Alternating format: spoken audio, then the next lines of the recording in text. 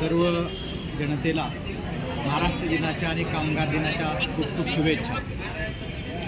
आज अत्यंत उत्साहात सर्व अधिकारी कर्मचारी यांच्या उपस्थितीमध्ये इथे आपल्या प्रशासकीय इमारतीच्या पुढे ध्वजारोहणाचा कार्यक्रम संपन्न झालेला आहे।